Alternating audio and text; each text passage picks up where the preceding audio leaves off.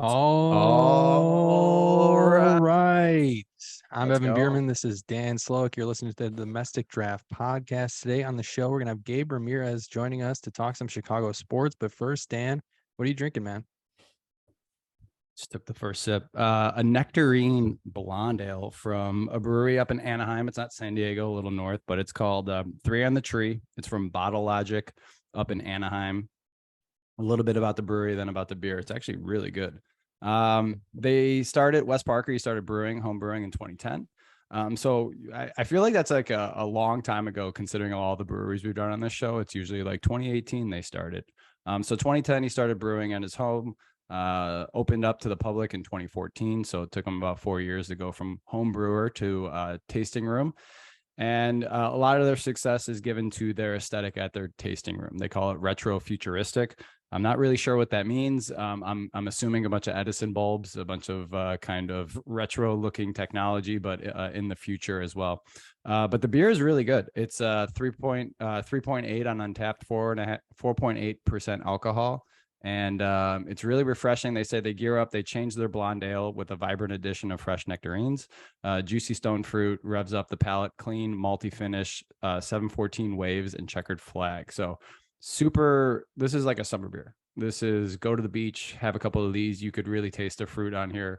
Really light, clean, easy. I do like that it tells you that it goes well with an ahi tuna steak on the can here. So I don't have one with me, but I wish I I do did. like that Yeah, every beer should tell you what to eat it with. What do you got? for sure. Yeah. So I've got M43. It's from Old Nation Brewing Company. They're based out of Williamston, Michigan. And this was an interesting one because I saw this in the store. I've seen it before in passing, have never grabbed it because it's not the most intriguing can, I will admit. But it has a very interesting story. So I wanted to share that today. So it's a New England IPA. It gets a 4.18 on Untapped, 6.8% ABV. It's from a small town, Williamston, Michigan, about 4,000 people just outside of Lansing. M43 is a year-round classic for them. It's well known actually throughout Michigan. I was surprised I had not heard of this after reading this story, but it's one of the most well-known beers in the state. It won Michigan Beer of the Year in 2017. It's a hazy, citrusy beer. As you can see here, it's a pretty opaque beer. It helped take Old Nation, which was actually a struggling business in the mid 2010s, to a business that's constantly topped out its production. And at least for a while, 85% of that production was of this beer only because of its popularity. So the backstory on this one, Travis Fritz is a trained German brewmaster, had been researching New England IPAs, ran across a conversation about the style in a Detroit craft beer enthusiast Facebook group in late 2016. There was contention within the group about whether the style was overhyped, and some of the comments he saw he thought were filled with misinformation. So he commented, struck up a conversation with these people, later invited them back to his brewery. And as a group, they brewed a New England IPA with him. Feedback from that experiment helped create this beer, and it's now one of the most popular beers in Michigan, and one that I hadn't heard of until recently. So, speaking of interesting, we have an interesting guest for you today. It's a fellow UIC Flame. You can catch him Hey, talking about Chicago sports on 670 The Score, pop culture on B96 Chicago, Bears on Fox 32 News, and college football on BetQL. It's Gabe Ramirez. He's at Chicago Gabe on Twitter. Gabe, thanks so much for joining us. absolutely, man. You guys got me thirsty over here with those beers, man. I'm All a right, what big are you beer drinking? fan. Oh, I wasn't as prepared as I possibly should have, but I got a little bit of Turley, a little Turley 2019, a little Okay. Zinfandel. It's a little deep in the notes. You know, Nice, keep it classy. yeah, Natural. I had my fair share of beer on Sunday. I went to go see Disney on Ice with my daughter at the United Center, and it was so funny. My guy goes, he's like, "Hey, did you buy her one of those, light up toys or whatever?" And I was like, "Absolutely not. Those things cost like $40." He's like, How much you spend on beer? "That's what he said." He goes, "But did you buy the $15 beers?" I was like, "Yeah, two of them." I was Of like, "Because course. it's for me. She's not gonna remember that toy. I'm gonna Yeah. remember this experience." So You got to get through I that. like what you Yeah. guys did there. 100%. So yeah, Evan alluded to it. We see that you went to UIC, and you got a major in economics and behavioral communication. So obviously the next step is radio DJ, right? Of course, So that's what you. right. So how did that happen, man? Was that always the plan? Did you kind of just get the major to get the major, or did you have a huge like shift there after you graduated? Yeah, I mean, when I first went to college, my major was pre-dentistry, actually. My uncle's a dentist. It was something that I had. So I had a lot of like business classes. And then when I kind of switched over and tried to figure out what it was that we're doing. Who's the UIC alum? That's me. Oh, Yeah. okay. Did my Okay. MBA there. Nice. So as you know, at UIC, there's no communication class. There's communications with an S, right? It's like human communication. It's not radio and television. So, you know, my advisor at the time was like, hey man, you want a double major? You could do it instead of taking some electives. And I just needed to finish a couple classes for my econ degree. So I was like, well, screw it. Instead of taking some more of that. And then while I was there, I actually used to be in a singing group. So I've traveled all over, done all that kind of stuff. And so I had a passion for music. And so, you know how like when you listen to the radio, sometimes you're like, I could do that. That's exactly what I thought. I was like, I could do that. I was like, I should be able to do that. So I started working at UIC's radio station. And then, you know, just got an internship while I was there at B96 back in the day, and just kind of been there ever since, man. I have a passion for music, passion for people. And of course, you know, being from Chicago, you just got a passion for your sports teams. You don't need to want to get into radio to love the Bears, Bulls, Sox, and Cubs, you know? Fair enough. Fair. You really glanced over that singing group. What was this kind of style? Is this boy band? Is this kind? No, not boy bands. It was an R&B group. Just me and a couple of cats from the north side. We started off as dancers for like DJs on B96. We would dance for like a bunch of other like singing artists, and we didn't know that we could sing. And then so like one day I was singing in the car, and then one of the guys was like, hey, you know, this guy can sing. And you're like, what? And then we started putting it together, and people knew us from the dancing. So they kind of just made us a thing. So yeah, we've had our songs played on B96, Kiss, Dang. Wow. GCI, Power 92. Yeah, our songs played on there. So, but it was a long time ago. That's awesome. Long time ago. Many moons ago. Was that kind of the end then for the internship at B96? No, absolutely not.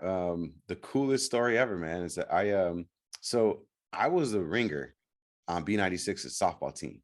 Like I was the Puerto Rican kid from the north side that was playing center field, you know, batting third. Like I was a ringer. One of my boys just was like the webmaster. That's how old it was the webmaster at B.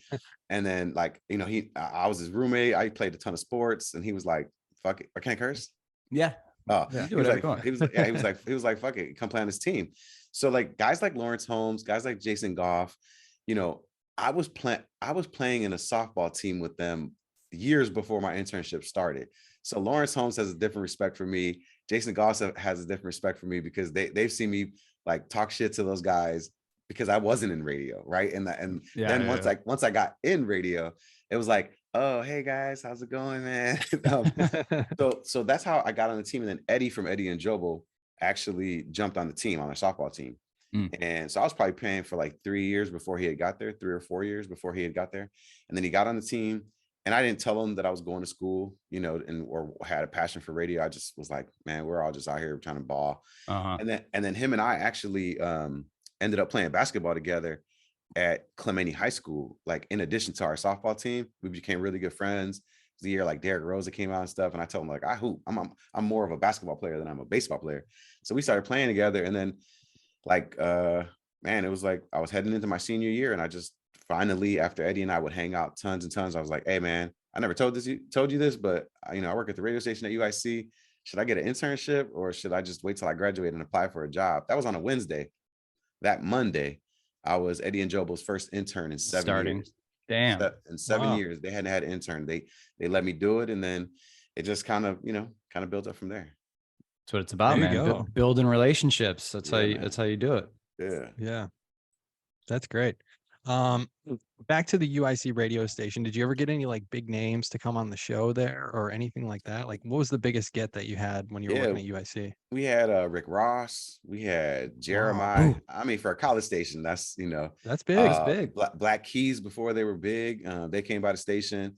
So we had some pretty big names, man, that would come by. I was the music director there. Yep. And then the program director was a guy named DJ Moondog, who ended up doing nights on WGCI. So, you know, we were big. And then my intern, my former intern at B96, her name's Paulina. She went to UIC as well, and I got her the internship, and now she does the morning show with Kiss FM. So we've had some good people come through the UIC radio program that are really represented for the school right now. That's awesome. Represent UIC. Love it. Yeah, shout out to Flames. So continuing going on with like your career with radio, you get the internship with Eddie and Jobo. First one in 7 years. What's the grind like? Kind of like put it in perspective for people listening to this. Because mostly people hear you for 3 hours a day, or they're in their car, they're either going to work, coming home, but y'all are working all day long, right? Like, what's that like? Yeah, I mean, just from the internship in the beginning and the grind, specifically, Dan, that you're speaking of, it's like you really have to. I always say it's really easy to outwork people because people don't want to work, right? And I think it's that simple. You got to make yourself available. You always got to be saying yes. And a lot of people don't want to do that. A lot of people prioritize a lot of other things. And if you're really passionate about what you want to get into, one of my first mentors, his name's Tony Kelly. He was the executive producer of Eddie and Jobo. And that was the first thing he said. He said, "Gabe, you want to be successful in this business? Always say yes." And so, you're talking Christmases, New Year's, Christmas Eves, Thanksgivings, every holiday, overnights.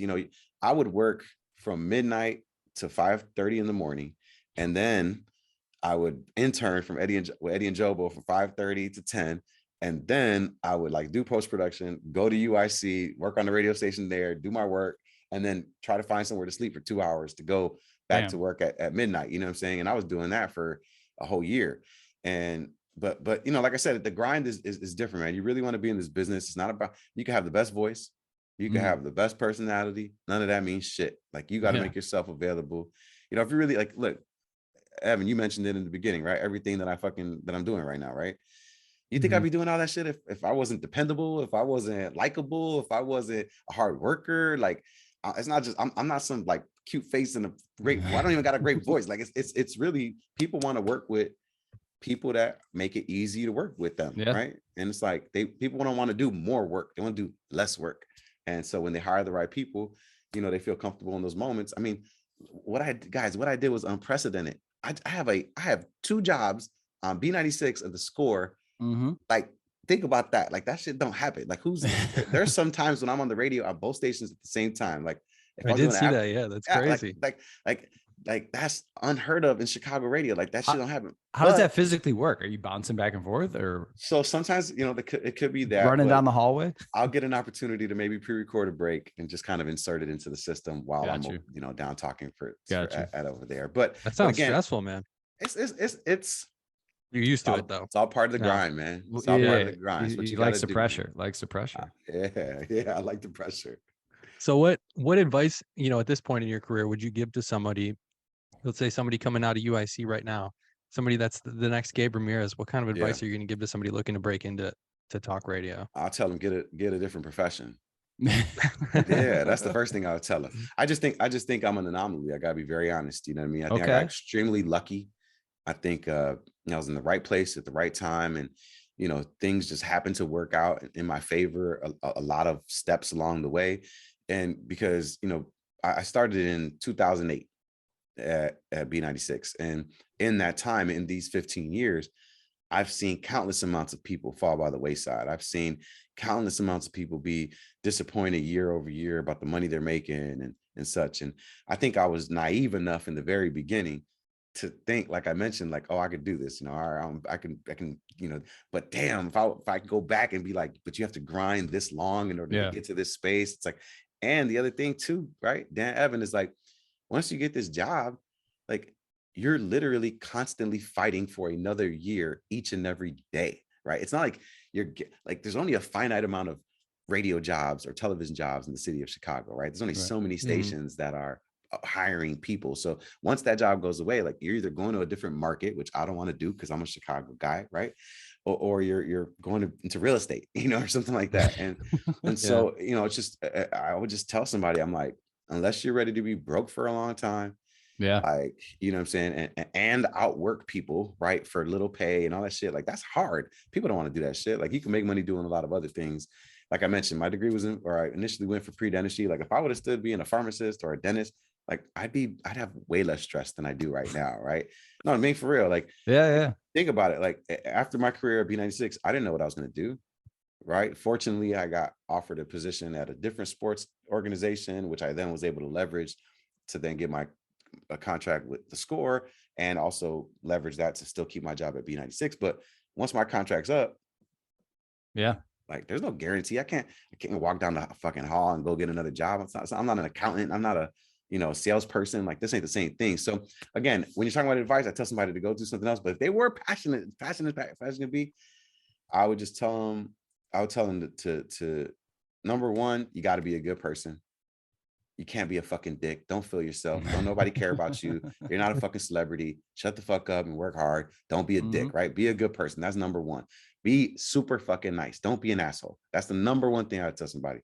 And then number two is just like, do not waver from who you are, right? Find out what that is, who you are, what makes you you, but accentuate it, right? If you're a fucking beer lover, then fucking be pouring beer all over your face and be drunk while you're fucking giving pics or whatever. You know what I mean? Like, Heard that. Figure out who you are and be that, because in this business, you have to be genuine in order to get people to really fuck with you. I enjoy hearing that, being out on the coast, missing like, that's Midwest right there. That's like the Chicago attitude. You know what I mean? Like, just be a good person. You're not getting that advice in San Diego. Work your ass No. off. You're not getting that in San Diego. Like, be true to your heart. No, you switch faces here every day. So I'm curious, growing up in the Chicagoland, listening. I mean, you had your few radio stations. You had B96 if you wanted it, 103.5, WGCI, Q101, like all of these things. Yeah. And you worked at one of them. Like, that was like, that's where you got your source of music. That's where the artists went.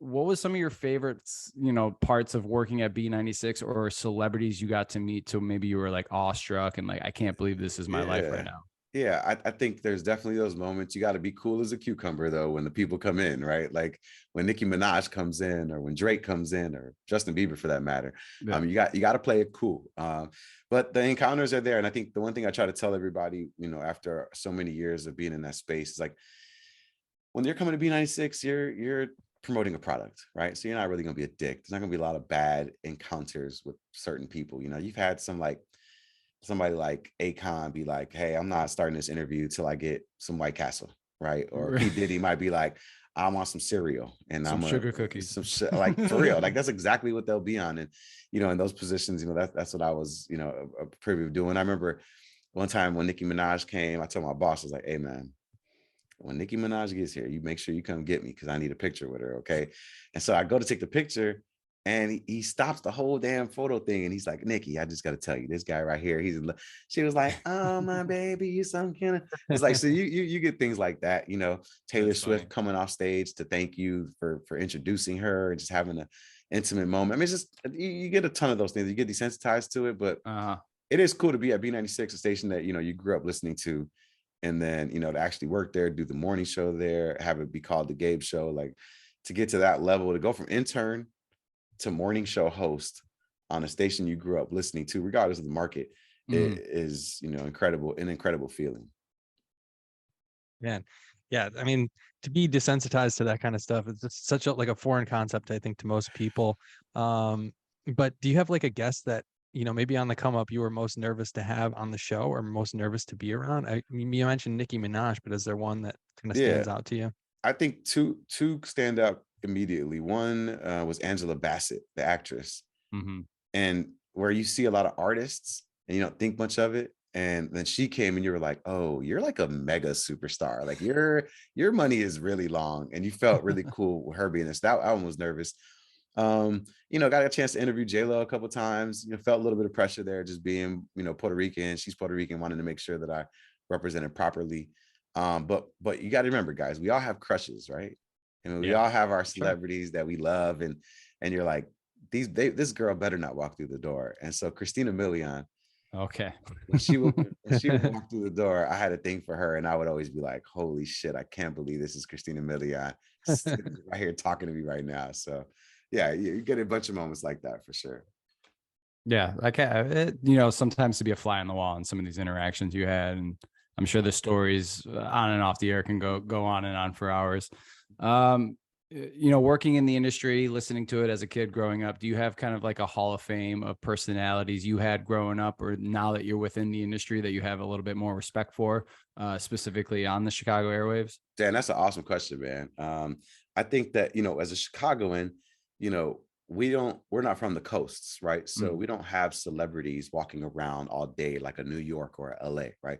Our celebrities, the people that get the most screen time and visibility, are the news anchors, the sportscasters, or your personalities that are on the radio. So that's a great question. So for me, it was people like, for sure, Eddie and Jobo, somebody I listen to, religiously here in Chicago. I think of a guy like Crazy Howard McGee from WGCI. Okay. I think of the Bad Boys on nights on WGCI with the birthday line and such. But when you're looking at the present, like people that I just genuinely like right now, the Q101 morning show, really good. It's like Brian. It was Brian, Alley, and Justin. And I don't even like rock music, guys. That's how good they are. That I don't even fuck with rock music. And I'm like, you guys are fun. You guys make me feel good. But they got rid of the girl and changed the dynamic a little bit. So I don't love them as much. But yeah, I'd say those people. And then of course, when it comes to sportscasters on TV, I mean, it's all the same people, right? Stacey King, Lou Canellis. I mean, people that you really look up to and you think extremely highly of.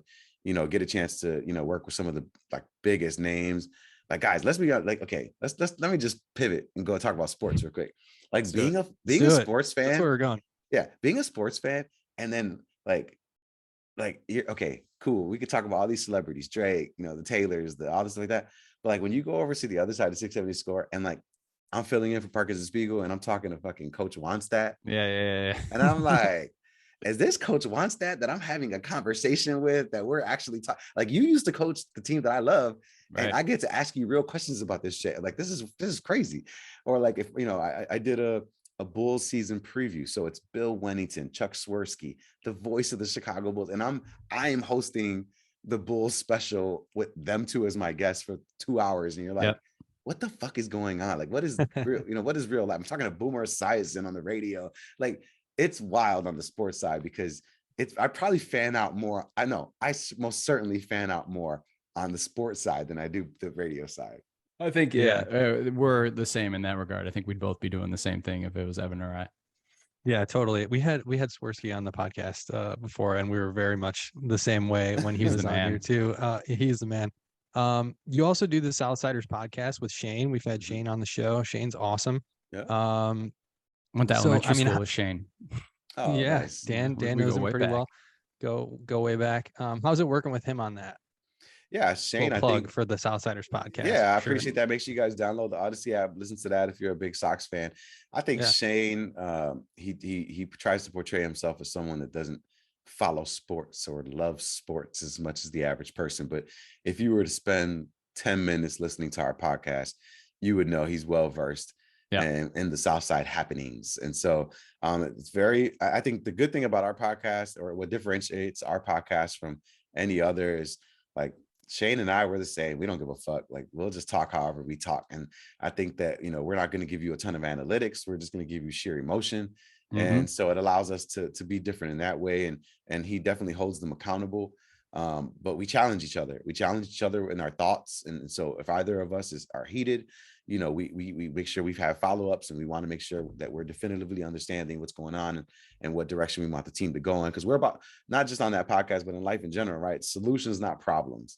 And I think that that's something that we always challenge ourselves with and on that podcast. And that's what makes that one pretty good. So let's talk about the White Sox. The Athletic just came out and gave him an F for the off season. You want to talk about solutions?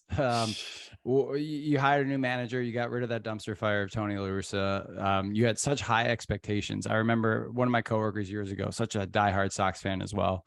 Loved the talent you guys were acquiring. Your window was open, and then you go hire La Russa. You don't meet expectations. Now he's gone. What are you guys doing? What's the direction? What's the solution? Yeah, I think just going back to that hire, it was overconfidence. And I think that, in baseball specifically, a lot of teams are talented. You see it day in and day out. It's the reason why teams don't sweep every week, right? That you lose, you're winning 2 out of 3 and you're feeling good about that. And that's against the same team you just faced. And I think that, you do have to have a manager that can get the best out of each player day in and day out. And that is the job of a manager, to get the best output from those guys. And unfortunately, Tony La Russa couldn't do it. I don't think a lot of people were a fan of that move. But Pedro Grifol just seems like a player's coach, kind of like a David Ross type, but the Latin version, right? Someone that can identify with some of these players and really get them to play. I had a breakdown of Pedro Grifol's conversation with Eloy Jimenez, where, just one excerpt where he calls him caballo, and like when you're translating it, it's like the way that sounds to like a Latino, right? It's like, it's caballo. Like, bro, if somebody were to call me a caballo, I'd fucking go run through a wall, because you're telling me I'm the man, but like in a different language, in a different way, with the highest compliment. And so like the fact that he can do things like that and get the best out of him, I think it's important. The direction for the Sox and solutions, I think the solution, right, is just guys playing to the point where we think they can play, right? You hear a lot of regression to the mean, but I don't even think it's that. I think it's guys playing above that. They have to play above that, because those are the expectations. It's not you guys playing to your average, it's playing above average, and you need to if you want to be good, because that's the only way the Sox can win, right? There's a lot of hope there, a lot of hope. But the F comes from Clevenger. The F comes from, I like the Benintendi signing, you know what I mean? But, you're Biggest getting free F. agent in franchise history, right? Yeah, whopping 75 million, right? But I think when it comes to solutions, the solution has to be a culture shift, right? In the entire organization. It is not that we are going to try to skate by and piece together a championship team that we hope can win. No, it's about really just saying, hey, do you want to win a championship or not, right? There's going to be some years where you can't, but there's going to be some years where you can. And those years, just like last year, you got to be able to put your team at the forefront and execute, so that way you can get to the promised land. Yeah. Outsider looking in, I mean, there was no motivation there. I think, La Russa was not motivating those guys. I think they were trying to buy respect almost with La Russa's credentials, rather than, have him earn it with the players. And I just think that didn't work out. And hopefully that changes. But right now, their over under is 83.5 wins. Would you put them over or under that with this I current think, roster? Evan, I think with the new layout of the schedule, I think it's pretty easy to say over. And I think, they were hovering right around there last year, 81 and 81. So you're telling me a different coach, different energy, hopefully a better Giolito, who's changed his mechanics, who's lost some weight, a healthy Lance Lynn from the very beginning, a Michael Kopech, who, now does have seasons of, 100 innings pitched. So his body is a little bit more primed for something like that. And then you're talking about some guys that, listen, the Sox were outplaying the expectations 2 years ago. Last year they regressed. But if they can just, if Yoan Moncada could just be Yoan Moncada, if Andrew Vaughn is getting his bats, Eloy staying healthy, he heard Eloy say it. Hey man, if I can get 100 and some games, then we're gonna be all right. If Luis Robert can get 100 some games, then we're gonna be fine. And I wholeheartedly agree with that. When it comes to your over under, I want to be very clear on your 84. I think right there sounds about right. And hopefully they can surprise some people and get to 90 and then steal that AL Central. Something that stood out to me when you were kind of talking about your Sox is that it needs to have a culture shift. I'm not a Sox fan, I'm a Cubs fan, but I am a Bulls fan, and they have the same owner. And this culture shift that you're talking, I'm curious if it comes from the top down, because both teams are suddenly in a place that we did not expect. We thought the window was going to be open. We thought we were both going to be competing here, going to playoffs. Sox look like they need a rejuvenation there, but the Bulls right now, I don't know what they did tonight. I knew they were up big on the Clippers. And Don't tell me because I'm gonna watch it. Don't tell me because I'm gonna watch it. I really... Okay. So yeah, I didn't see the ending yet either. But what's going on with this team? I mean, I'm a diehard. My view is we need to kind of blow it up a little bit. I don't think it's a recipe for success the way this roster is constructed, but I also do want to still hold on to some of the younger pieces. And kind of see what they can do, and not kind of have them ball out a la Lowry Markkanen or Jimmy Butler, and kind of give up on those guys too soon. Yeah, Dan. I mean, first of all, I love your hat. That's why that's a super tight Bulls hat right there. But I think when you're talking about the Bulls and the Sox, the one thing that keeps me sane as a fan of both teams is knowing that one, Reinsdorf is heavily in favor or involved in the organization, and the son is heavily involved in the other, right? Jerry being with the White Sox and Michael with the Bulls. So the money is split up a little differently. Michael got his own money, so to speak, right? But when you're looking at the Bulls organization, I don't think we shouldn't have thought that there was some sort of championship window that was opening for the Chicago Bulls. I think AK and Mark Eversley, when they got to this organization, they needed to bring them back to a prominent space. One, you can't be the Chicago Bulls and be, missing the playoffs every single season. So he did a quick fix to get them to where they needed to be. Set the floor. And he saw what he had, got rid of a bunch of guys, traded for Vooch in March of 2021, allowed Zach and him to play alongside each other. And then let's not forget, the expectation was not for DeMar DeRozan to be the alpha of the team, right? He was brought in to be a complementary player along with Lonzo Ball and Max Caruso. So I thought he did I think he has done a great job of getting the Bulls back to playoff contention where they should be playing consistently year in and year out. And that's what we want as Bulls fans, right? A couple of extra games and then be able to figure out where you have to go from there. And I think that's where the Bulls are at right now, where he did a fantastic job getting them to be a competitive basketball team. It's unfortunate what's happening to Lonzo Ball. No one could have predicted that.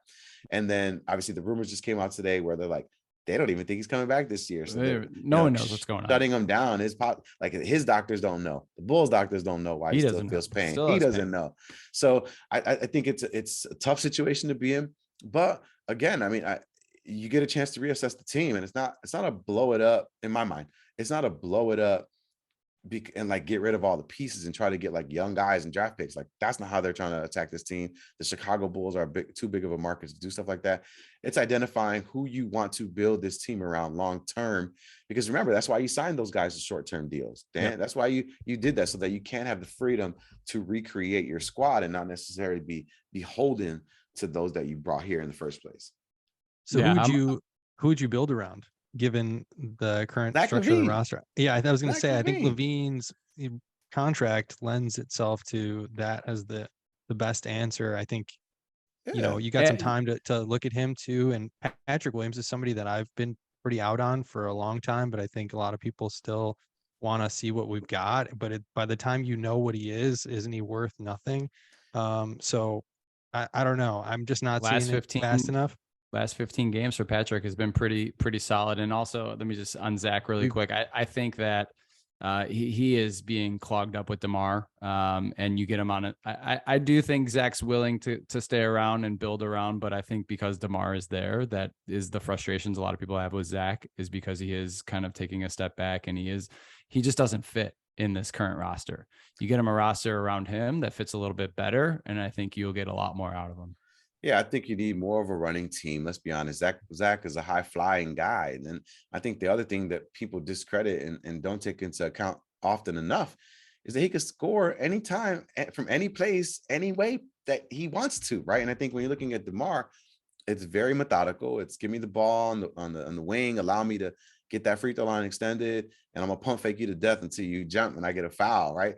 But like Zach can do it in different ways. And I think if you can get a younger, faster. We've seen the Bulls struggle against these athletic teams over the course of the year. So if you can get some of those guys, some wings, a DeAndre Ayton instead of a Vooch, if you can get, some 3-and-D guys that can run with them and hit the three-pointer just a little bit more consistently. I mean, that's what Zach needs, because what is he going to do? Get to the cup, dish. But if you can hit the three ball in the corner, if Pat Will is your best three-point shooter and he's not even a three-point shooter like that, like that's a problem, right? So I do think, Evan, to your question though, you build a team around Zach LaVine.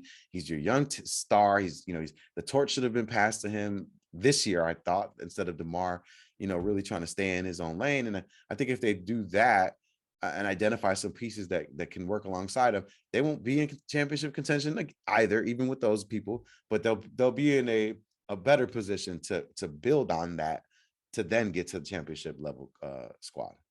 Last question on the Bulls: is Billy the right guy? Because I think people are looking at everything now.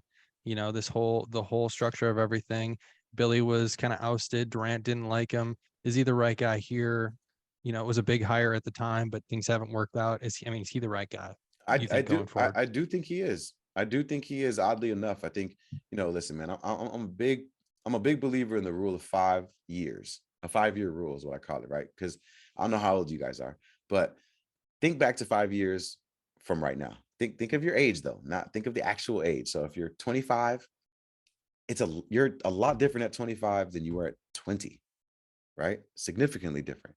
And when you look at 20 and you go back, way different than 20 than you were at 15, right? So it's the rule of 5. And how you are at 30, trust me, gentlemen, it'll be much different than you were at 25, so on and so forth. So when I look at a Billy Donovan, and I think, what does his 5-year range look like when he's had guys like Westbrook, Harden, Durant, Chris Paul, right? He's had these guys. He understands how to operate with superstar talent. And now he's finally in a position 5 years later to take advantage of that knowledge. And I think he can be that right guy, but sometimes you're beholden to the talent that exists on your team. And that's the situation he's in right now. Yeah. I like Billy. He's kind of a straight shooter. Just tells it how it is. Let's move on. I know you talked at the beginning of the show that you were doing a little Disney on Ice this weekend, but did you get a chance to watch any of those championship NFL games? Fortunately, gentlemen, I part of my money goes to the NFL app where I can watch the replayed condensed games in 30 minutes. If you don't have that, That sounds nice.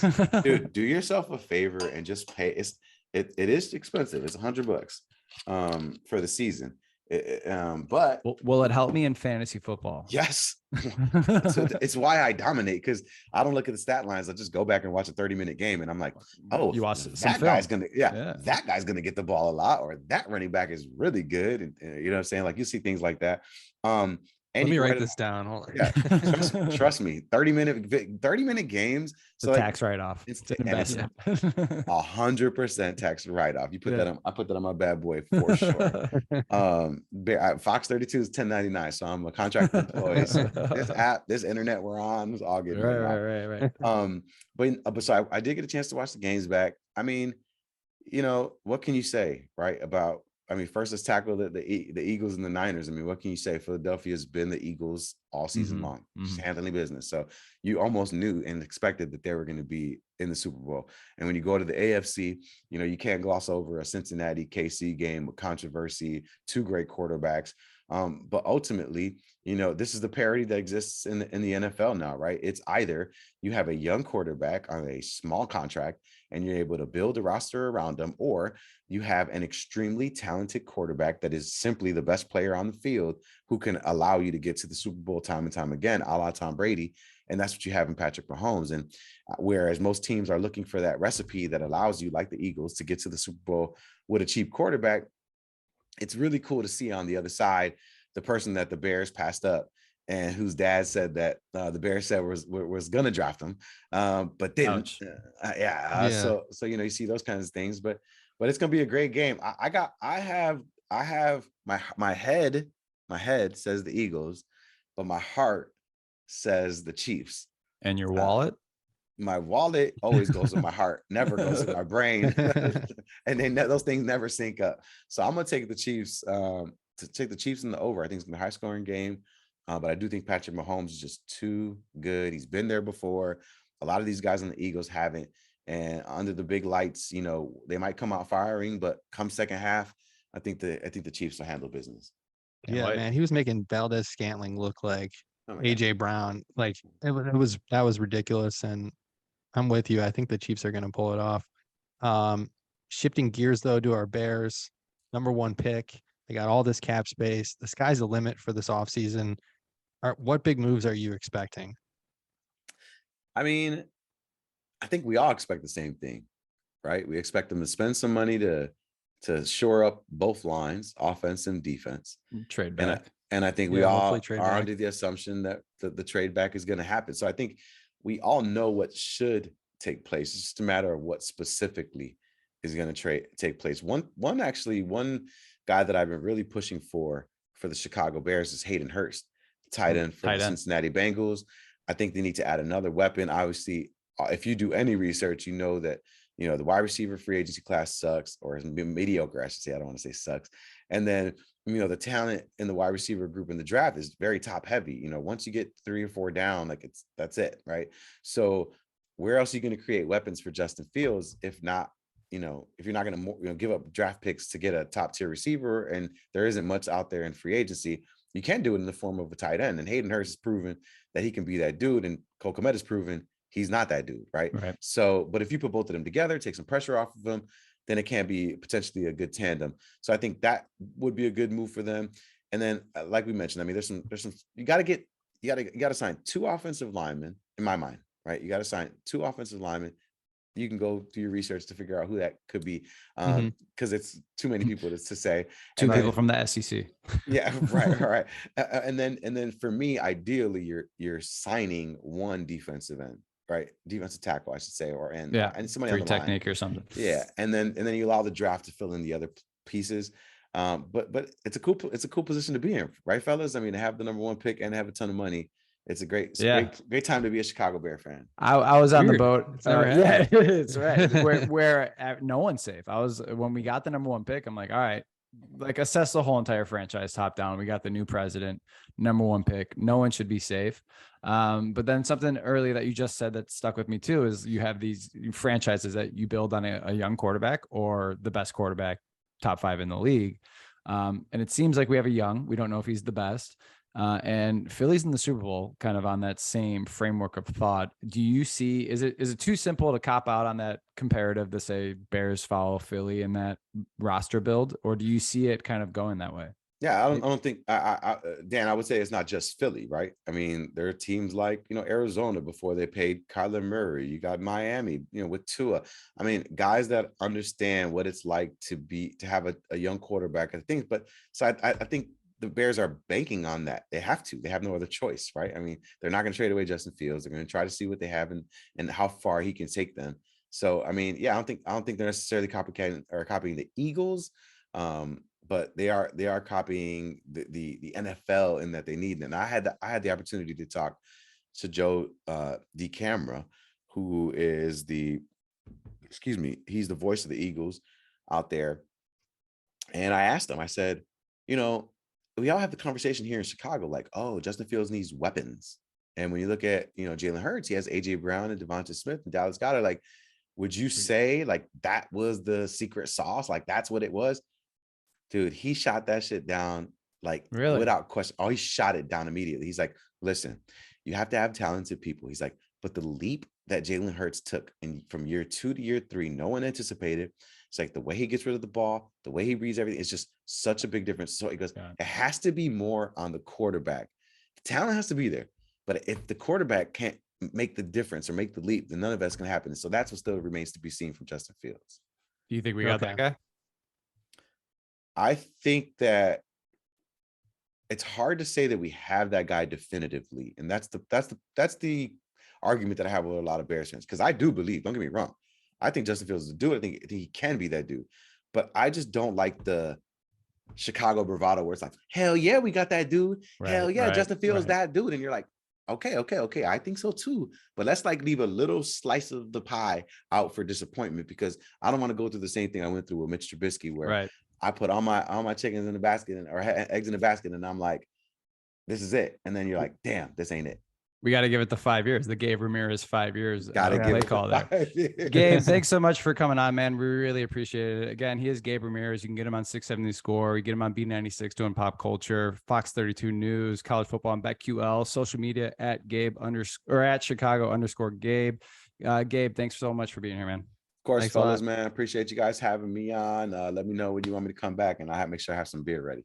Appreciate it. Thanks, man. All right. Thanks again to our guest, Gabe Ramirez, for joining us today. For Dan Slook, I'm Evan Bierman. You've been listening to the Domestic Draft Podcast. If you're listening on Spotify, don't forget to rate the show.